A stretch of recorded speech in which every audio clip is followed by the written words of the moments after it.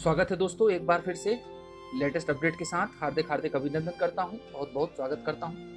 दोस्तों, जो भी अभी तक चैनल से नहीं जुड़े हैं, लेटेस्ट अपडेट के लिए चैनल से जरूर जुड़ जाएं, सब्सक्राइब कर लें, अधिक से अधिक वीडियो को शेयर करें, बेल आइकन पर प्रेस जरूर करें।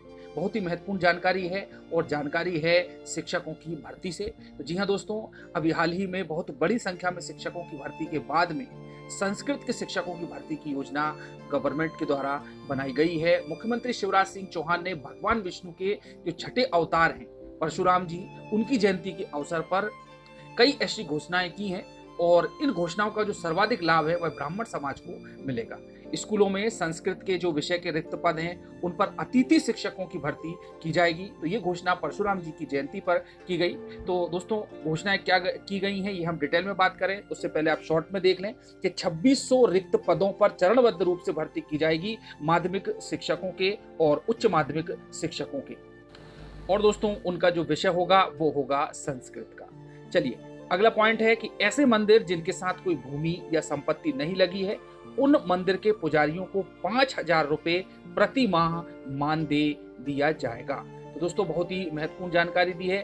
उन्होंने कहा है कि जो संस्कृत के विद्यार्थी हैं उनको छात्रवृत्ति भी प्रदान की जाएगी और सामान्य वर्ग के जो निर्धन नागरिक हैं उनको बहुत ही बड़ी योजनाओं के साथ में जोड़ा जाएगा। इसके बारे में भी हम बात करेंगे।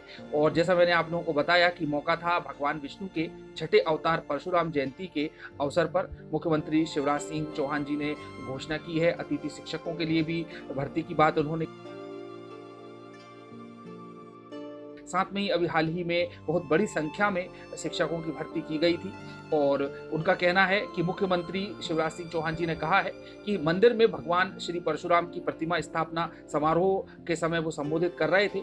कहा कि संस्कृत शिक्षकों के अब तक 1900 पद भरे गए हैं। जब तक हमने संस्कृत के शिक्षकों की भर्ती प्रारंभ की है, 1900 पद तो भर लिए हैं, बाकी संस्कृत के शिक्षकों की भर्ती जारी रहेगी।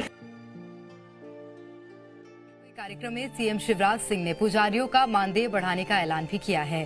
कांग्रेस ने कहा है कि सीएम ने जो मानदेय बढ़ाने की बात कही है इसकी शुरुआत कांग्रेस ने की थी। पहले पुजारियों को 3,000 रुपए मानदेय दिया जाता था, जिसे बढ़ाकर अब 5,000 रुपए कर दिया गया है। वहीं अवधेशानंद गिरी महाराज ने सीएम शिवराज की तारीफ पर कांग्रेस ने कहा कि उनका इशारा सीएम शिवराज सिंह को प्रधानमंत्री बनाने की ओर है। अगर ऐसा होता है तो मध्य प्रदेश के लोगों को खुशी होगी। और दोस्तों, इतना ही नहीं है, मुख्यमंत्री शिवराज सिंह चौहान ने अपनी बहुत ही महत्वपूर्ण जो संबल योजना है जिसमें कि गरीबों के उद्धार के लिए काफ़ी कुछ प्रावधान किए गए हैं, वहां पर भी गरीब सवर्णों को इसका लाभ जरूर दिया जाएगा। उसमें जितनी भी योजनाएं हैं उस संबल योजना के माध्यम से उनको जरूर शामिल किया जाएगा और निश्चित रूप से उनका उत्थान करने का कार्य किया जाएगा। तो दोस्तों, अब बात आती है तो क्या संस्कृत में ही पदवृद्धि होगी? जी नहीं दोस्तों, संस्कृत में पदवृद्धि अकेली नहीं होगी बल्कि सभी पदों पर भर्ती की जाएगी। जैसे कि डीपीआई के द्वारा घोषणा की गई थी कि 8,000 पदों पर हम भर्ती करेंगे और निश्चित रूप से जो रोस्टर जारी होगा उसमें पदों की संख्या, जैसा कि मुख्यमंत्री जी ने 1900 की घोषणा की है संस्कृत में, तो वह तो शामिल होंगे ही होंगे। साथ में ही सामाजिक विज्ञान, विज्ञान, हिंदी और उर्दू के पदों की भी वृद्धि निश्चित रूप से की जाएगी। तो दोस्तों, एक और तो जहां पर पद वृद्धि की बात की जा रही है, संस्कृत के शिक्षकों की नियुक्ति की बात की जा रही है, वहीं पर होल्ड वाले अभ्यर्थी हैं जो कि ओबीसी के कैंडिडेट हैं, लगातार आंदोलनरत हैं। जैसा कि आप पिक्स में भी देख पा रहे हैं कि अभी हाल ही में उनके द्वारा उग्र आंदोलन का प्रदर्शन किया गया और जिसके कारण पुलिस बल का प्रयोग करना पड़ा और उनको बाहर छोड़ दिया गया, जिससे कि इस आंदोलन में और अधिक तेजी ना आ पाए। लेकिन उसके बाद भी मुंडन कराने के बाद और भी कई सारे आंदोलन करने के बाद डीपीआई के सामने लगातार धरने पर ओबीसी चयनित शिक्षक बैठे हुए हैं। अब दोस्तों, इंदर सिंह परमार जी क्या कहते हैं वो भी आप देख लें।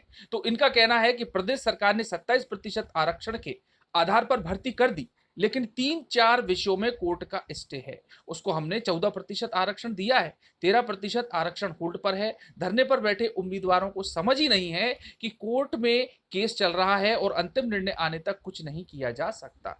आज की तारीख में कोई त्रुटि है तो उसको सुधारने का काम चल रहा है। बाकी हमने वेटिंग लिस्ट के सभी विषयों की जारी कर दी है। डबल डिग्री जैसे कुछ कंट्रोवर्सी विषय थे, उनका निराकरण करके नियुक्तियां भी दे दी गई हैं। तो दोस्तों इस प्रकार से हम देख रहे हैं कि लगातार ओबीसी कैंडिडेट मांग कर रहे हैं अपनी ज्वाइनिंग को लेकर के, अपनी नियुक्ति को लेकर के, और पुलिस बल का प्रयोग किया गया जैसे मैंने आप लोगों को बताया, और पिक्स के माध्यम से भी, वीडियोस के माध्यम से भी लगातार आप लोगों के सामने संदेश पहुंचाता रहा हूं।